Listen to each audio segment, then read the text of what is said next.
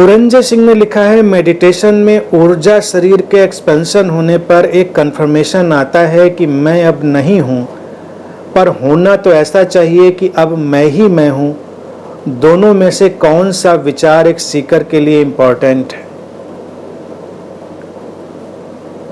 सीकर के लिए देखो पुरंजय, इम्पोर्टेंट तो यही है कि मैं नहीं हूँ, क्योंकि जो मैं नहीं हूँ का विचार है वो उसकी अपनी फिक्स्ड आइडेंटिटी के लिए आता है।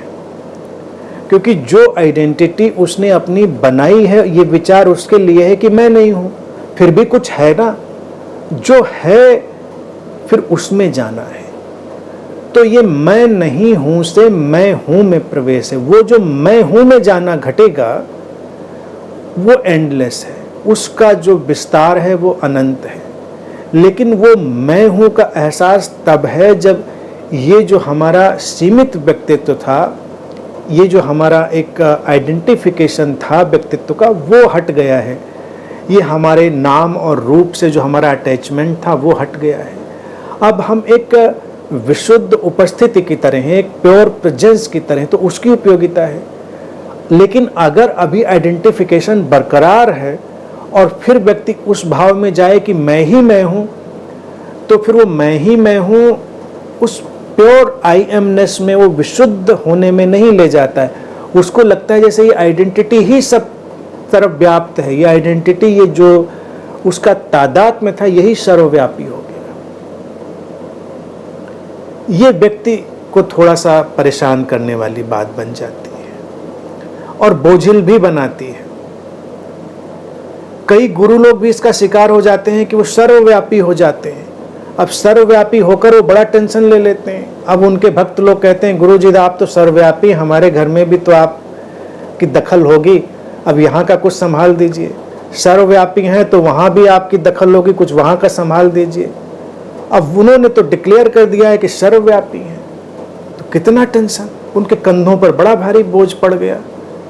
तो अगर वो मैं ही मैं हूँ, उस व्यापकता को अनुभव उन्होंने उस तरह से प्रोजेक्ट कर लिया जो कि उस समय उनको लग सकता है, वो इल्यूजन उनको पकड़ सकता है, क्योंकि एक्सपेंशन का भाव घट रहा है। और एक्सपेंशन, ऊर्जा शरीर भी देखिए एक टर्म है। ऊर्जा शरीर का मतलब है कि हमारे भीतर का वो हिस्सा जो सीमाओं में बंधा हुआ नहीं है, सिंपल सी चीज, वो शरीर जैसा कुछ भी नहीं है।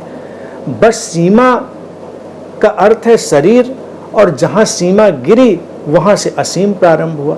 हम उसको ये शरीर वगैरह टर्मिनोलॉजी देते हैं केवल समझाने के लिए। योग और तंत्र में हम तमाम ऐसी टर्मिनोलॉजी देते हैं, पहला शरीर, दूसरा शरीर, चौथा शरीर वगैरह वगैरह। उसमें कोई गलत बात नहीं है, लेकिन वो केवल कुछ समझाने के लिए, कुछ बताने के लिए है।